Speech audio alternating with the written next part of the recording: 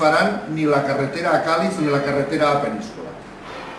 En un moment determinat li va dir a l'alcalde que anunciava la imminent licitació: Marcelino, no hay dinero. A continuació va començar a buscar raonaments sense pes perquè al final el raonament primer era el que valia, no hi ha diners. Intentamos encontrar el hueco presupuestario y si no estamos elaborando un pliego para un plan de colaboración público y privado, incluyendo mantenimientos de las carreteras, pliegos que no computen deuda. De todas maneras tenemos problemas para incluirlos y estamos haciendo encajes de bolillos. No hay dinero.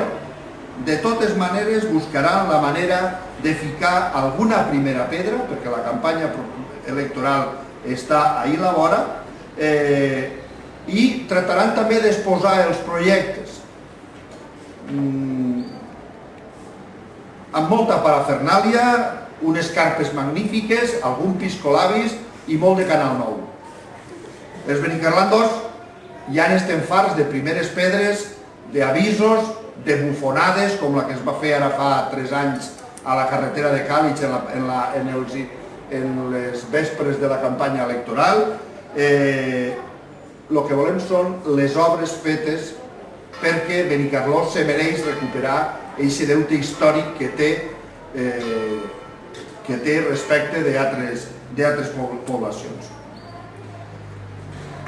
En quant a la comunicació, les comunicacions amb tren, va anunciar que l'estudi de viabilitat podia estar fet al novembre, en 2 opcions: rodalies, prolongar les rodalies i augmentar els regionals. És evident que el que necessita la comarca és augmentar la freqüència, 2 o 3 trens pel matí i 2 o 3 trens per la tarda. Però, curiosament, el senyor conseller està tornant a la proposta que des d'aquest grup socialista s'ha mantingut any rere any. I aquesta proposta no és altra, més que, estem convençuts, el pla de viabilitat dirà que s'han d'augmentar els regionals i això s'ha de fer en base a un conveni Generalitat-Adif, exactament igual que han signat 11 comunitats autònomes i que ja tenen el servei.